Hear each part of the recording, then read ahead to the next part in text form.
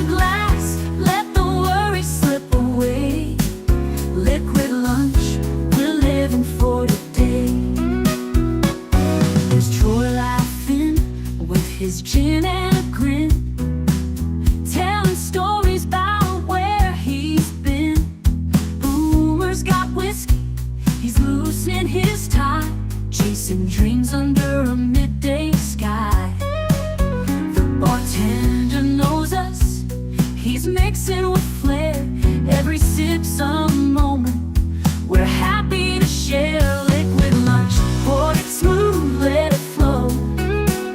Friends round the table where the good times grow. Raise a glass, let the worries slip away. Liquid lunch, we're living for today. The clock don't matter, we're lost in the vibe. Jazz in the air, feel the soul come alive. From martinis to bourbon, we're riding the wave. Stealing this hour, it's the freedom we crave.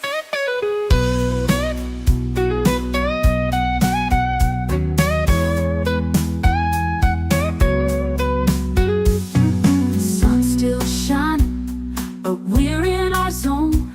This bar's our shelter, our temporary home. One more round before the world calls us back. Savor the moment, keep the blues in the rack. We'll laugh and we'll toast till the afternoon fades. Memories made in these liquid escapades. Liquid lunch, pour it smooth, let it flow. Friends round the table where the good times grow. Raise a glass, let the worries slip away. Liquid lunch, we're living for today. So here's to the daylight, the drinks and the fun. Our liquid lunch, till the next one comes. With a wink and a smile, we'll be back real soon. Chasing that jazz under the high noon.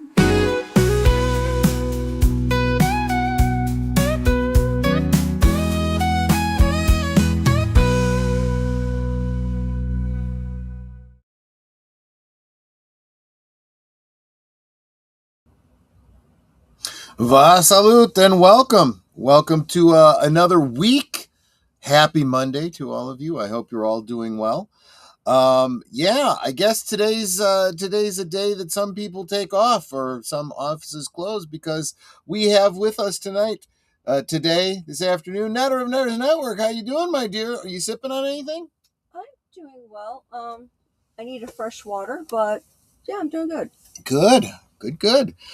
See, this is the blessing we get when there's a national holiday. Netter gets to hang out with us. How cool is that? Let me say hi to all of you, starting with Big Al of Big Al Presents, who says, Happy Monday, Liquid Lunchers. Have a great show, Troy. Thank you so much, Big Al. Mech Paul, here I are. Watched something that was free on YouTube last night after Doctor Who. Now I need to unsee it. Okay, let me know what you saw. I'll talk you down off the ledge. Netter says that I'm the love of her life and asks you all to. What did you ask everyone to do, Netter of Netters Network? To like, share, subscribe, comment, become a member, gift a membership. Thank you. I figure I should, if I'm going to bring up your comment, I may as well let you say it in your own voice. Star Trek Academy Season 1, free on YouTube. I sent you a link. No, you did not. Yes, you did. Then you sent me another video. No, you did not send me the link to that. You sent me the link to Doctor Who twice. And then I responded to you, so you didn't see my note where I told you. You sent me the link to Doctor Who twice. Hail Connie Cleary, the Bird Woman of YouTube and Fluff Chick Productions. Kathleen Kennedy killed Star Wars in TV killed the radio star. And I'm glad to be back and not have to restart my podcast channel. Yes, I saw that you were able to get your channel back, and I am so happy for you. And yes, that would make for a great how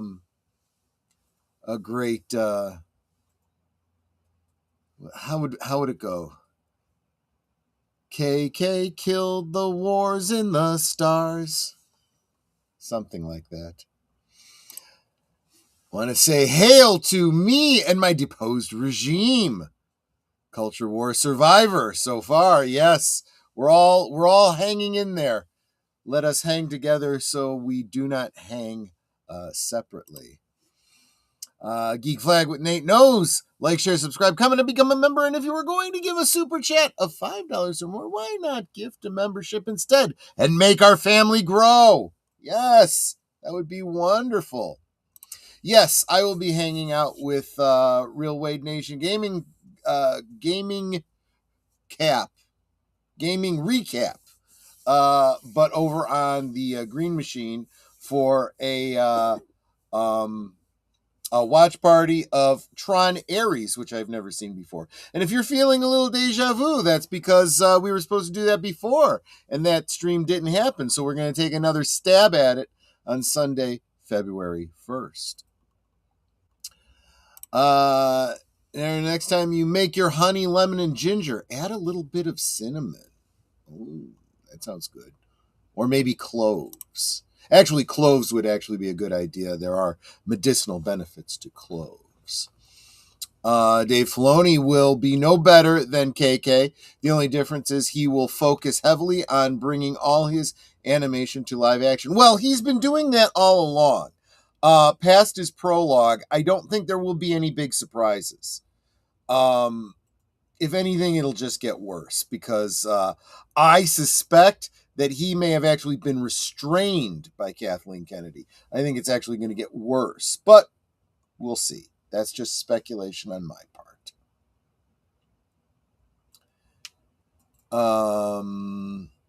Because he has hit his head so far up KK's skirt for all these years, his breath smells like summer's eve. Oh my gosh.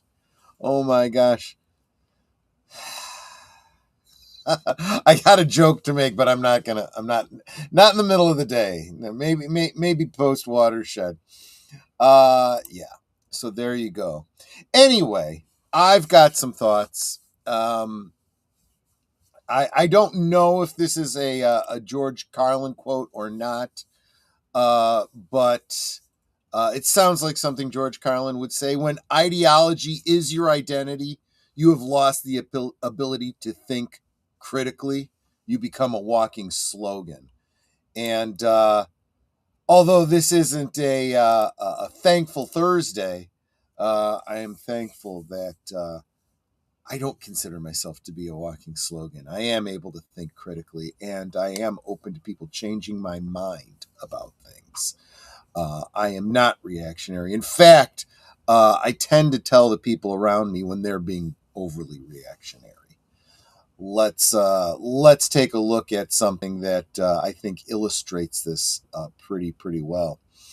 I'm going to share my screen. That's my icon from last night. So I think we all remember that Saturday Night Live used to be something that was funny, and it might very well be that they are coming around again. We are in a... Oops, didn't mean to do that, but that happens. Stranger Things SNL sketch sparks online meltdown as parody triggers predictable activist backlash. They made a joke. They made a series of jokes. It was actually I only ever watch clips of the current Saturday Night Live when someone does a commentary like this, and within the body of this article, there is a link to the Saturday Night Live sketch about Stranger Things. We'll talk about it in just a second, but they see what people are saying. They get the joke, and they comment on it, which is what you expect of Saturday Night Live, or what we did expect before we expected preaching. Now they're starting to actually try to be humorous. It also used to be that people used to make jokes of themselves and be able to laugh at themselves. Saturday Night Live used to be able to make jokes of both sides of the political aisle. And even if they were talking about the president you voted for, you could see the humor in it and you could laugh, right? You know, I remember Dana Carvey playing George Bush. Well, those jokes have actually aged a whole lot better now, but than they hit at the time. But at the time, he was still very funny, you know. Anyway, let's get to it. Saturday Night Live managed to do something it hasn't consistently pulled off in years. Land a sketch that actually connects with the audience. Unfortunately for SNL, that also meant triggering the internet's most reliable reflex, outrage. Ironically, this is probably their primary demographic and focus. So they're probably dealing with some cognitive dissonance, trying to figure out what did we do and how do we fix it. Remember, quit capitulating to these morons. You'll never please them. During its January 17th episode, Saturday Night Live aired a Stranger Things themed sketch that lampooned Netflix's smash hit series, and more specifically, the much debated finale. The sketch, which aired while Finn Wolfhard served as host, imagined Netflix greenlighting a flood of unnecessary sequels, spin-offs, and sidequels in response to the show's massive rating success. In other words, it was parodying something painfully familiar to modern audiences. Again, as I said, I saw the sketch. It's actually very funny. And it's the kind of thing you see it and you're like, yep, I could see them doing this. They're not doing it, but you can kind of see it. The premise was simple but effective. Netflix executives squeezing every possible ounce of Stranger Things out of Stranger Things by reimagining its characters as increasingly absurd derivative projects. Steve becomes an inner city teacher, Nancy turns into a true crime investigator, and Mike relocates to New York City to live out a dialogue-heavy, self-absorbed urban existence. Even Ted Wheeler gets his own sidequel, retelling the entire story from the perspective of a dad who was technically present but narratively irrelevant. It's sharp, self-aware humor, and the kind that used to be SNL's bread and butter. It looked like they had the whole team there for this. The sketch also leaned heavily into meta commentary about Netflix's modern business model, poking fun at its obsession with brand dilution and algorithm-driven storytelling. That alone earned it plenty of laughs from viewers who'd grown weary of streaming bloat. Where things went from funny to, in quotes, controversial, was an extended segment parodying Will Byers' coming out scene in Stranger Things finale. Rather than recasting the original actor, SNL had featured player Jeremy Culhane play Will, stretching the moment into an exaggerated self-aware loop where the scene never actually ends. Just saw the latest episode of, and I have no idea who Lily Snape is. Just saw the latest episode of SNL. They made fun of Will's coming out scene. Well, it's not funny at all. Not respectful at all. Welcome to comedy. Especially the other three boys were present without Noah.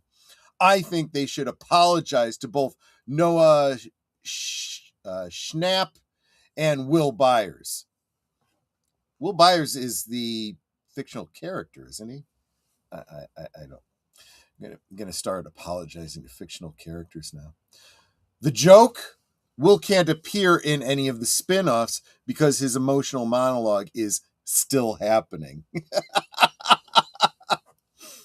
It's a clear nod to one of the most common criticisms of the finale. The scene dragged on far too long, felt totally out of place, and was treated as untouchable by critics despite widespread audience frustration.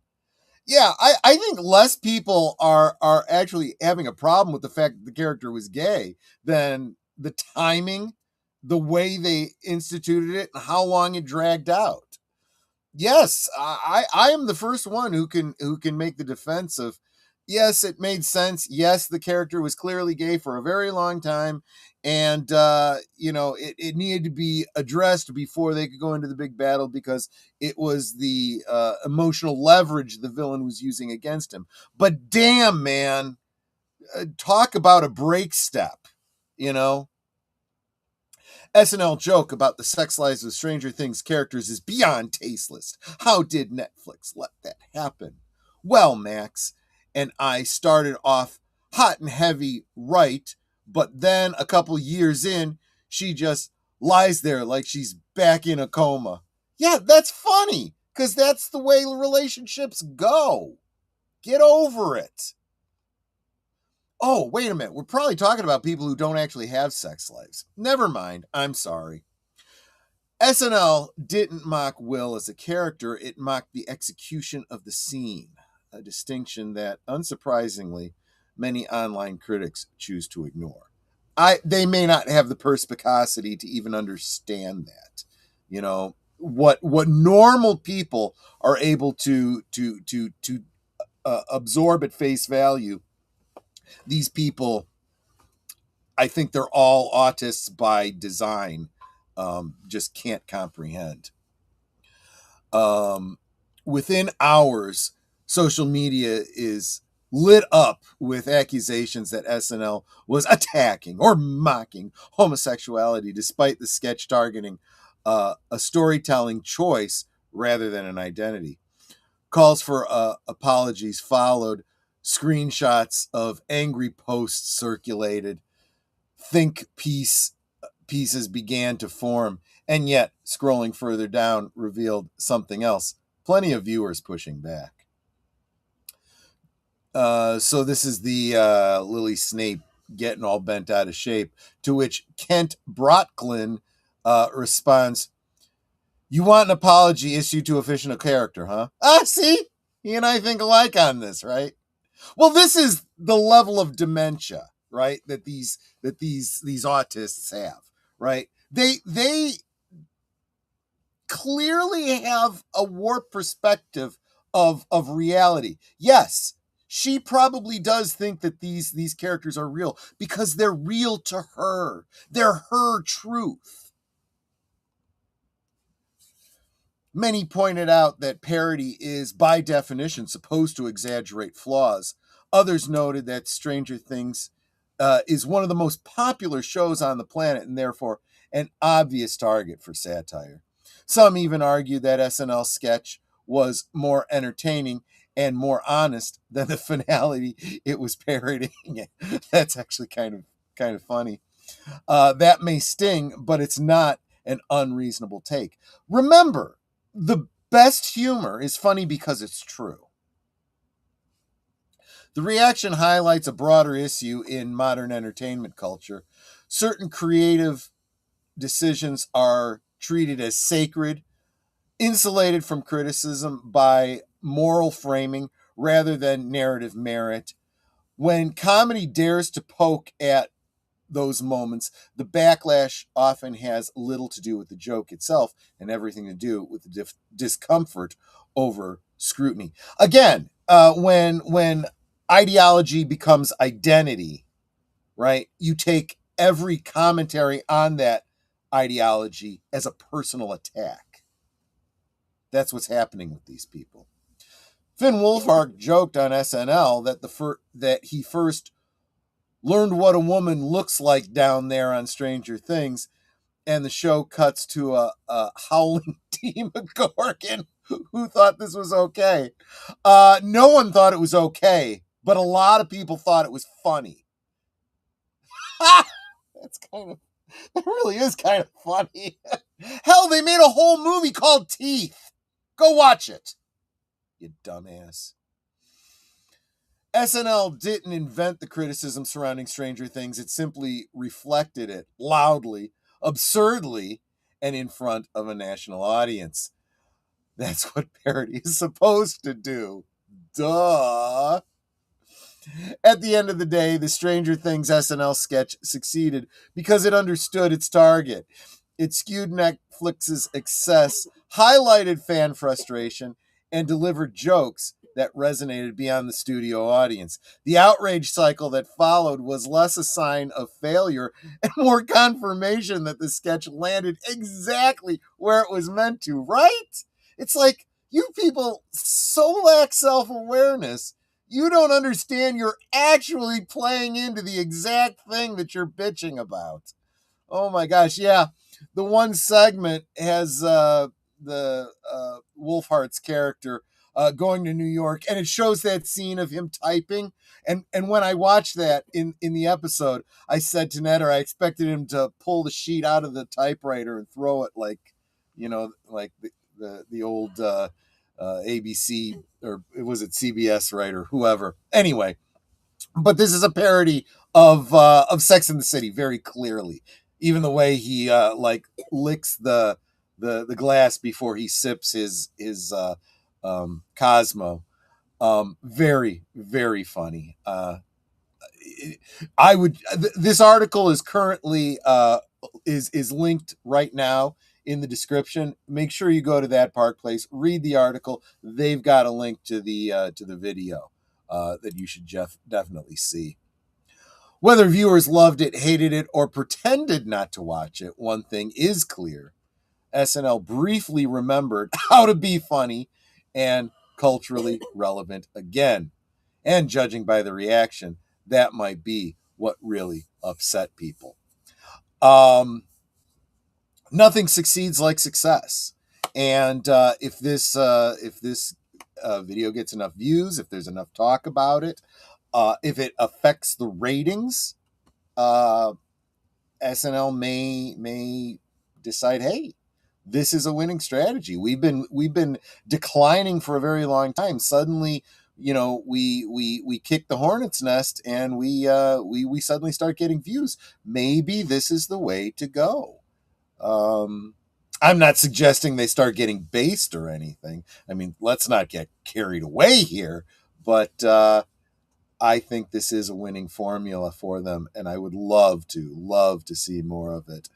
What I'm going to do is I'm going to take this opportunity to cut to this week's promos, and let you know what we've got coming up. And then I'm going to come back to all of your comments on this, because I see there's been a lot as I've been going through the article. So give me 3 minutes and we'll be right back. Where is it? There we go. You are watching Liquid Lunch, streaming every weekday at noon Central, 1 p.m. Eastern. Let's sip together. Dive into the eerie, surreal world of Twin Peaks with us every Tuesday. Join passionate superfans as we unravel mysteries, decode Lynchian symbolism, and sip some damn fine coffee together. Whether you're a Black Lodge veteran or a curious newcomer, our live discussions on YouTube and X will keep you hooked. Come join the conversation. Who killed Laura Palmer? Let's find out together on Deleted Scenes and Affiliates every Tuesday evening at 7:30 Central, 8:30 Eastern. This week, on The Adventures of Sherlock Holmes, Dr. Trevelyan seeks Sherlock Holmes' assistance in deciphering his benefactor's recent odd behaviour. Mr. Blessington plucked Trevelyan out of a virtually non-existent practice and set him up at a prestigious address. In return, Blessington would receive a percentage and would receive free medical care. The arrangement worked well for both parties, but recently, Blessington had been acting very strangely. Holmes is intrigued by the case, but subsequent events soon have him investigating a murder. Can Holmes diagnose the resident patient? This week on Last Call presents The Adventures of Sherlock Holmes, Tuesday at 9 Central, 10 Eastern. This week on Netter's Network, if you love a good yarn, you'll love who Netter's sitting down with. Storyman Jack fashions original audio stories of all genres and talks about how to write for the would-be author. Join them this Thursday at 9 Central, 10 Eastern on Netter's Network.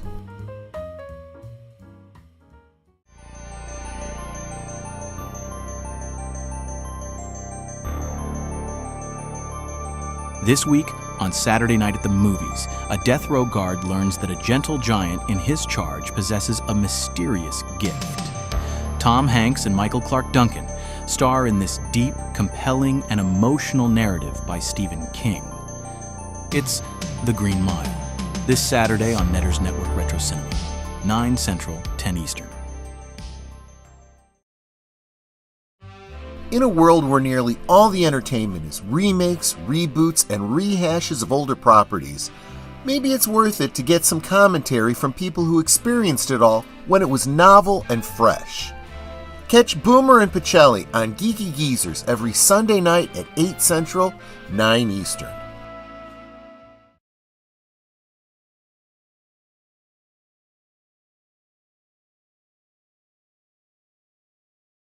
Exterminate!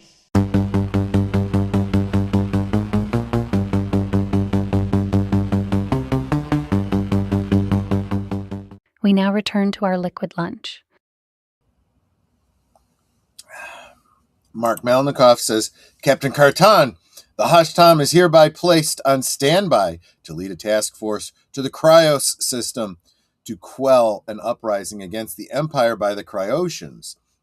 I believe that's a next generation storyline. If they're citing that now in Kurtzman Trek, 500 years in the future of next gen, I'm not entirely certain what's going on there.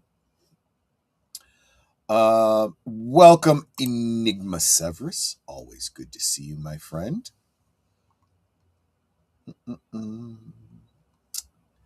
SNL used to make a bunch of jokes about Bill Clinton, and, everybody on the set voted for him. Yeah, exactly right. Because let's face it, at the time, there was a lot we didn't know about Bill Clinton.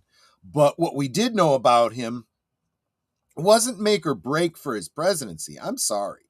Getting a BJ in the White House is not. I don't care. I really don't. I'm not going to feign some kind of moral outrage about it. That's between him and his intern and his wife. And if his wife is okay with it, why should I have any larger problem than that? Just saying, Is lying to Congress a crime? Yes, it absolutely is. Is lying under oath a crime? Yes, it is. He was disbarred for that. That's the appropriate remuneration for that particular crime. It doesn't rise to the level of high crimes and misdemeanors. It's a nothing. He can't ever practice law again. Big deal. He wasn't going to practice law again anyway. So, whatever that is. But the Saturday Night Live crew actually did do a parody of the We Are the World type, raise money with a bunch of musicians singing songs where they're breaking down the whole Whitewater scandal. That's pretty brutal. Not super funny because the execution of the lyrics were kind of weak. You could probably do better these days with AI, but it was pretty scorching. It was pretty scorching. And let me tell you something else.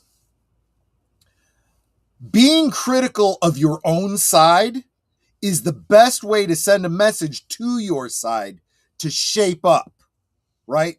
When I am critical of this current administration, it's not because I hate him. It's not because, I would vote for the other person instead. It's not like, anything that's happened in the past year has made me wish that I'd voted for Kamala, okay?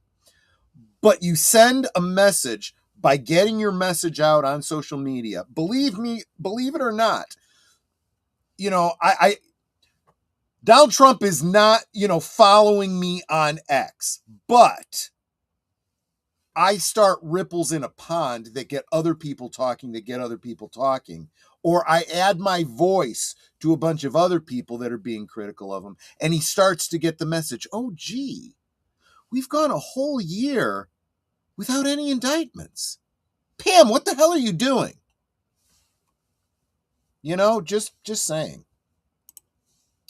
Enigma has been hanging out today, no school, during the mystery movie night. There you go. Speaking of mysterious movie, because not the mystery movie night, but tonight's members night at the movies, for which I didn't even put together a promo today. I was once again lax in getting the poll up for the members to choose the movie, so I'm going to have to make an executive decision. And no, it's not executive decision. We were talking somewhere in the chat. We brought up I don't know what the topic was that led to us talking about, or at least mentioning, the John Travolta and Nick Cage film Face Off. I've never seen it before. A bunch of people were like, "Oh, you haven't seen it? You haven't seen it?" We'll watch it tonight. So that'll be the members' night at the movie tonight at 9 Central, 10 Eastern. Members, watch for that to go up on the community tab, and VIP members, watch for your link to join me in the studio if you so choose. Let's see here. Hell, I knew that boy was gay in season 2. It seemed very evident, but I didn't like thinking about it because he was so young. I don't want to think about the sexuality of any child. I really don't. You know, it's just ew. If Vulcans met a leftist first, they would have left the Earth and recommended the quarantine of our sector. Yeah, probably. I mean, yeah. What is the complete opposite of strict Vulcan logic? Leftism. You know, it really is. What's this I'm hearing? Is modern SNL actually funny for once? Yeah, that's pretty much the point. Honestly, please.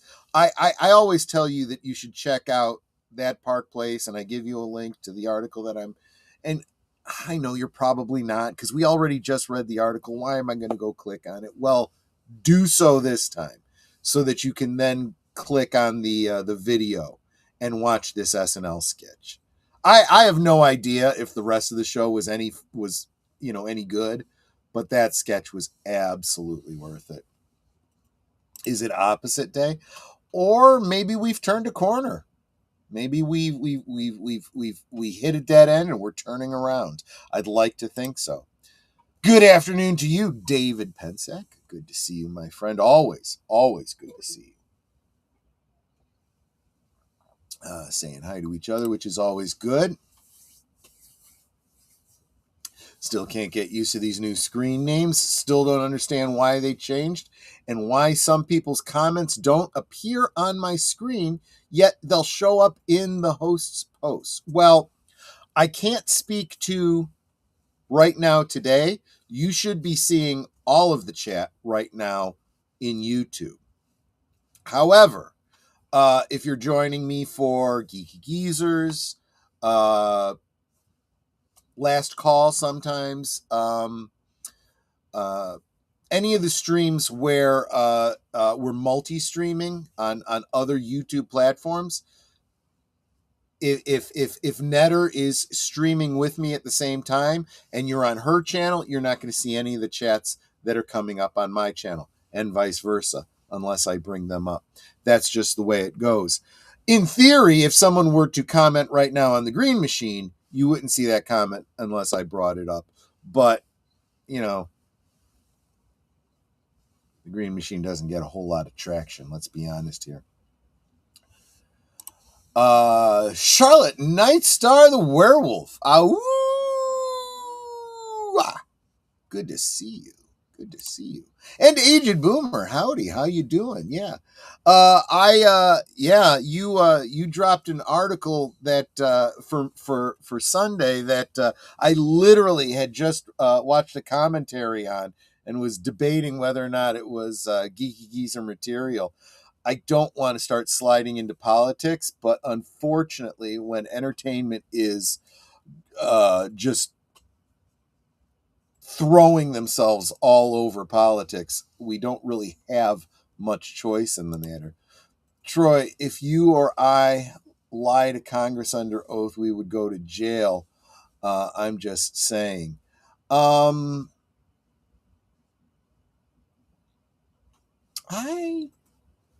don't know.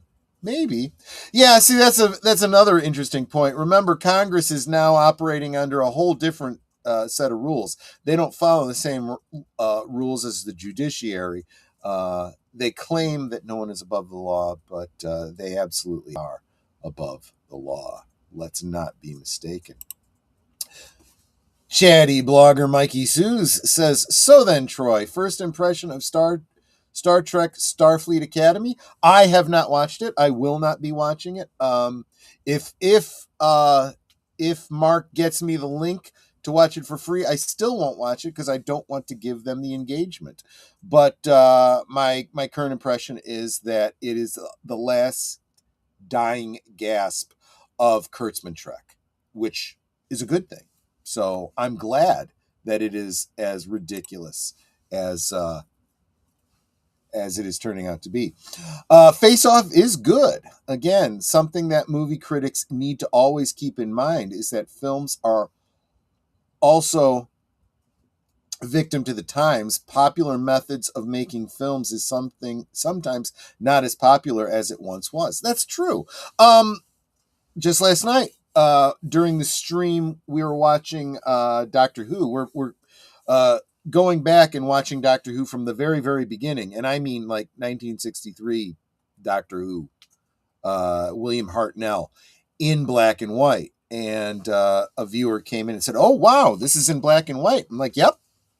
I know that this particular serial, the Daleks, was colorized and re-released, but we're watching the original black and white. And that's not quite as popular as it used to be. Now they only use black and white to for a mood piece, to they did it with Schindler's List. They did it with I'm trying to think of another one. Whenever they try to set something in like the 30s and they want to, give that retro implication to it, that they might decide to set it in black and white. But by and large, people aren't real into black and white. They see black and white and they think, oh, old, not good, Some of my favorite movies were filmed in black and white and should not be remade and should not be touched. I'm not surprised that SNL has a YouTube channel, and they probably are not bound by any of the terms of service. Just saying.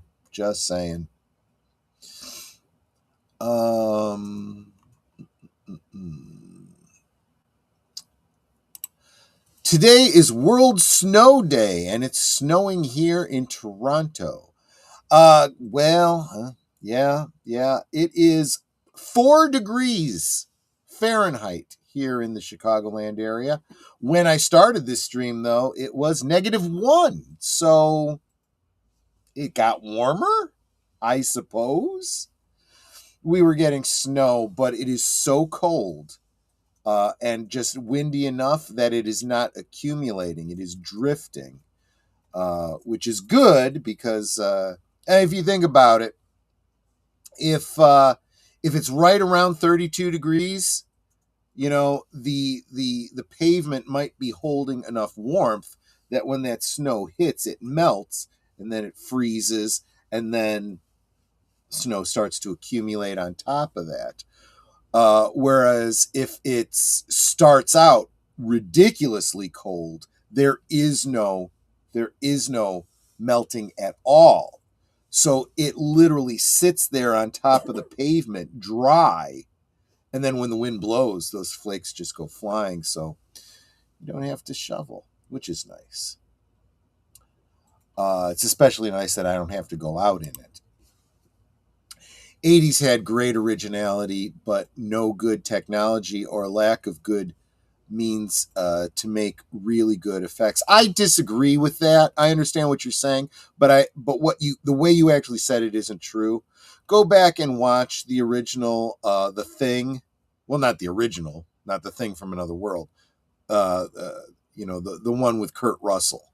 Those are all practical effects, and they hold up. In fact, compare it to the prequel movie that was made using CG, and tell me if technology is always better. Kind of reminds me of that segment from How I Met Your Mother where Barney says that newer is always better. And they said, well, what about wines? Yep, nope, newer is always better. And he just kept doubling down on it because he couldn't accept. Every time they'd come up with an example of something older that was better, he refused to be wrong. Late 90s CGI victims, 2000s CGI and bad story victims. It does get worse with bad stories. And remember, a good story doesn't care what the special effects are like. You can ignore a lot if the story is compelling. Green Machine sounds like something from the Teenage Mutant Ninja Turtles, yes, or something that Aged Boomer would be writing. In some more personal news, Samuel Proctor says, I just rewatched a childhood favorite of mine I haven't seen in years last night, Madagascar 2. I remember seeing that in theaters, and holy crap, the comedy is way funnier.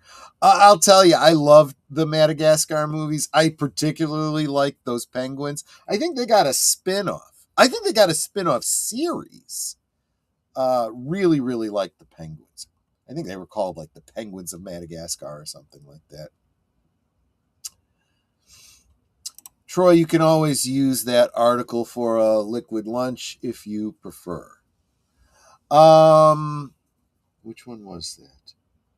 I don't know.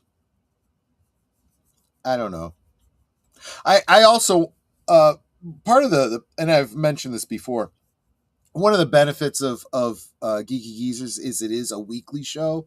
So we have time to see how the dust settles before we start commenting on it. So that's probably a good thing. I dare you to watch it, Troy. Well, I won't go to their channel and watch it. I just won't. I won't give them the satisfaction of another view. I tried watching the first episode of Starfleet Academy because it was free on YouTube, and I couldn't get through 20 minutes of it. Yeah. Doesn't surprise me. Kathleen Kennedy is officially out at Lucasfilm. They announced it last week. I am so glad. Yes, we were talking about that last week. And again last night on Geeky Geezers. Big Al says, I did watch Starfleet Academy. Not good. When Big Al says something is not good, you know they done effed up. Because he is the most generous of reviewers. Yeah, Big Al knows, right? Painful, wasn't it? Yeah. This is why the youth of America, and I kid you not, they think the world was black and white at one point. I wish I was kidding you. Yeah, I used to make the joke, back before color was invented. And unfortunately, that doesn't land because a lot of people think it's serious. It was sad. Yeah. See, I like how Aged Boomer thinks. I see black and white, and I think timeless. There you go.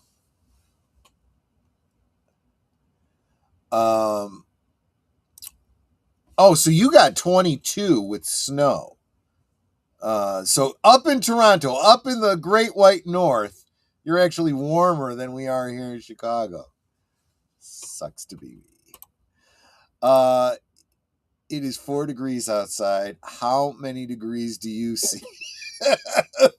It is 4 degrees.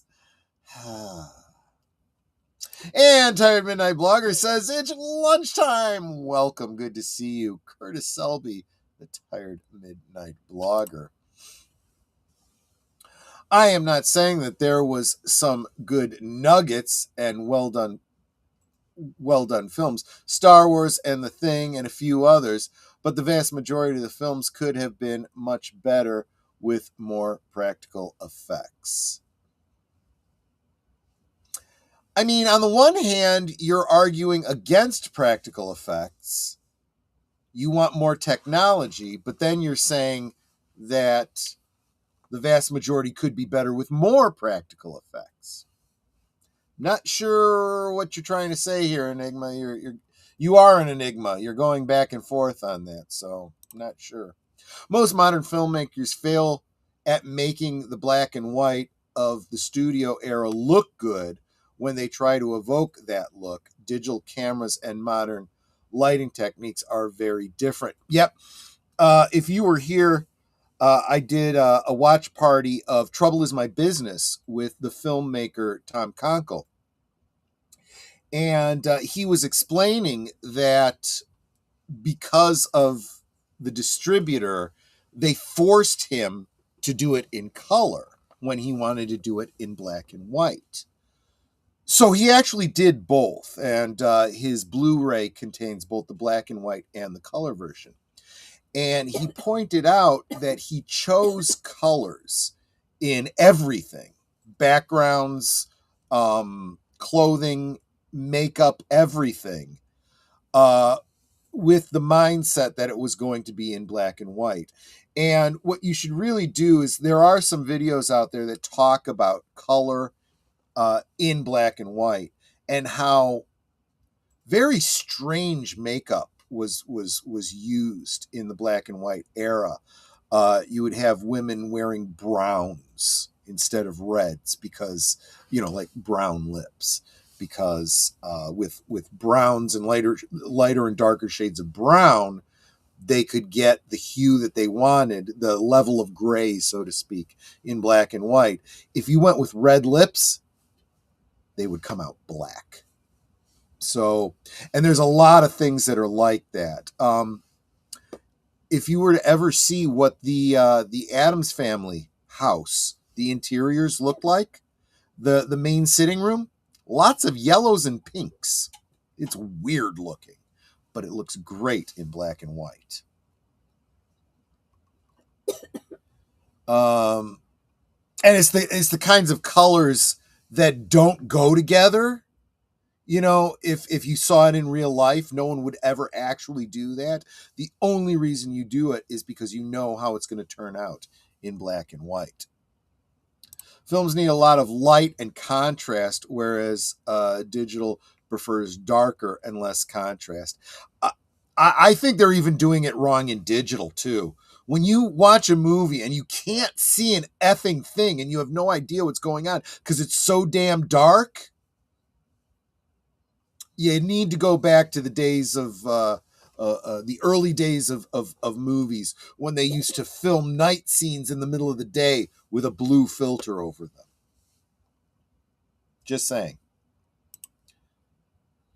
Technology is not always better. These last few weeks, I saw the Tommy musical film. Oh, yeah, The Who. Yeah. And then Quadrophenia from 2079, which features the singer Sting in his first role. Very good. I didn't know about that last one, but yeah. Pinball Wizard, man. Oh, good stuff. And Anne Margaret and baked beans, just, there's something about that, let me tell you.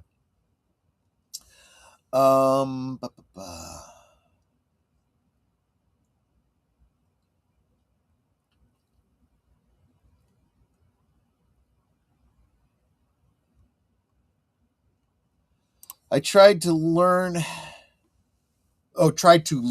at a woman yesterday. I did everything you taught me, but it didn't get any government grants. Leering center. That's what you did there. I plead guilty of that. As a kid, I did used to think that the world was in black and white at the time of my grandpa. I mean, when you're little kid, And it's especially bad because it's such a common joke. When, it's like, why is it that every TV show from your time was in black and white, Dad? Well, it's because it was before color was invented. Kids take you at face value. There's a lot of things my parents used to say when they were just joking that I honestly believed for way too long. Because kids are dumb and gullible. I don't have to be taught fully formed. I have my dissertation done eventually, though. There you go.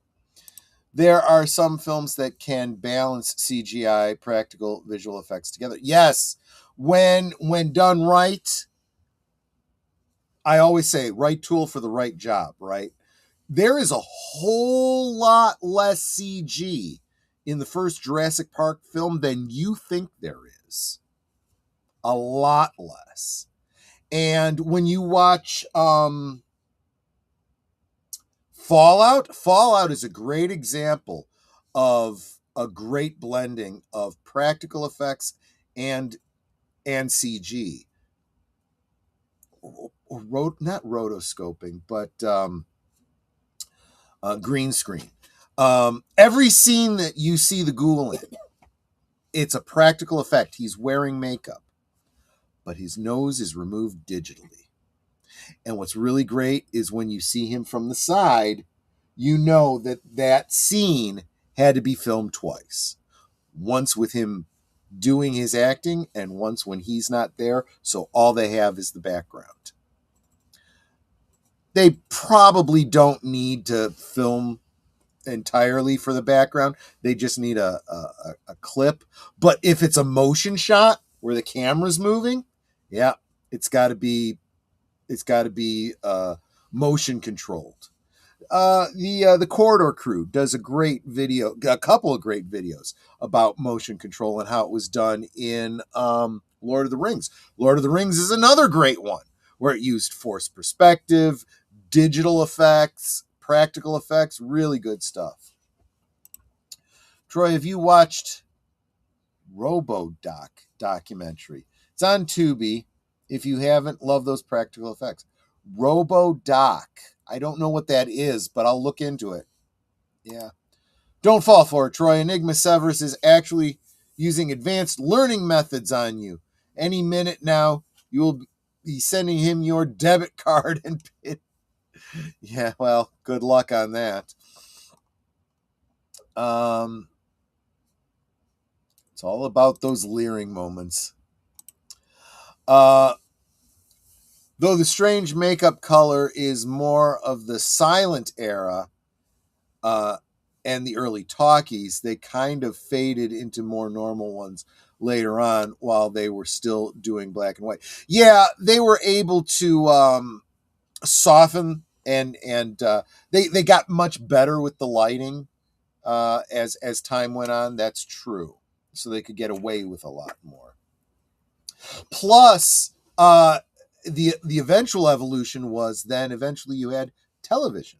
So you might be filming in color knowing that the show would be played on some black and white TVs. So it was a progression. It was definitely a progression.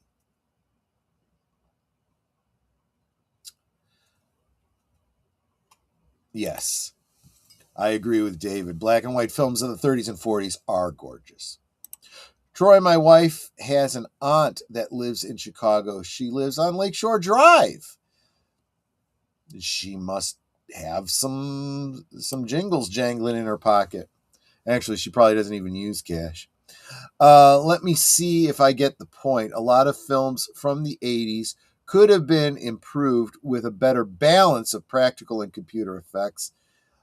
Is that what you're saying? If not, then I am lost too. Yeah, exactly. And keep in mind, in the 80s, CG was not great. It was video game quality at best. No worries. Longest running superhero RPG on Earth, CK. It's just good to see you here. Did Troy just blame Tom Jones for Black and White? I'm sorry, man. That one completely went over my head. I'm too far removed from what I said to go back and get that one. When I was a little kid, I thought Star Wars was filmed in space. Wow. Although I see, I can't cop to that because I was real into the special effects. They had a special on TV called SPFX Star Wars Behind the Scenes. I loved that. I loved seeing how all of that was done and the camera moving, not the ships. Yeah, I that was good stuff. It's still hard that all of the Our Gang Little Rascals are gone after the last kid recently passed. Yeah, we talked about that on Geeky Geezers 2 weeks ago. It's not unusual to see black and white today. Da, da, da, da, da. Okay, yeah, that was a real thinker. I wouldn't have caught that one if you hadn't helped me out. The best example of a movie balancing practical effects and CG is Terminator 2. Great point. Let's see. I gotta move it along because we're running out of time here. I'm watching the news. 100-car pileup in Michigan due to the snow warnings. Here in Georgia, normal day with sun and no major issues. The South prevails again. I'm just kidding. Don't flip out on me. Yeah, because I heard they got snow in Florida over the weekend. And I'm sorry, I'm going to kind of go through these quickly because I don't want to miss saying hi to PJ of Orville Nation. Hashtag Together We Grow, my friend. Good to see you. Always, always good to see you. Speaking of old TV, Troy, did you catch the Duffer Brothers not to Land of the Lost with the cave that Max and Holly was hiding in? Oh, nod to Land of the Lost. Yeah, I did catch that. That was good. I say one of the best uses of CGI in the 80s was Tron. I think the very primitive CGI worked to its advantage, making it more like, yeah. And if you tried doing something, I'd say it wasn't too bad in The Last Starfighter. Because you wanted it to feel like a video game again.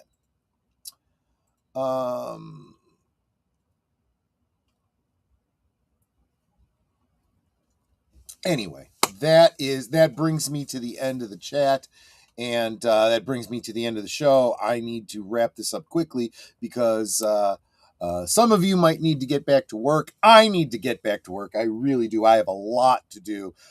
New project that if it takes off, I'll tell you guys all about it. Maybe I'm inspired by Kathleen Kennedy retiring. Don't know. We'll see.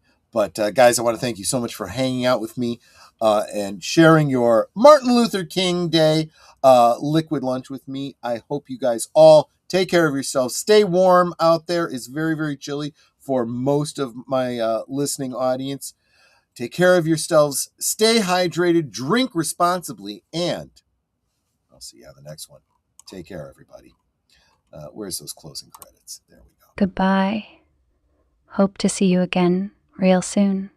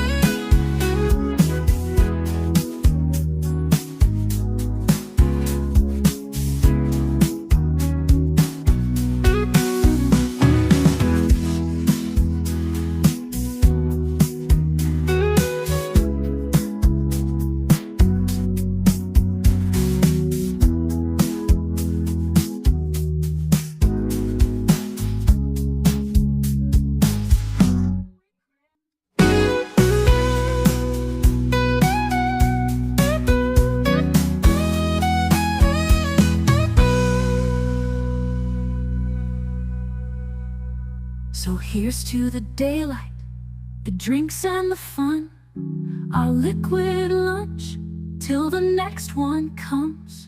With a wink and a smile, we'll be back real soon, chasing that jazz under the high noon.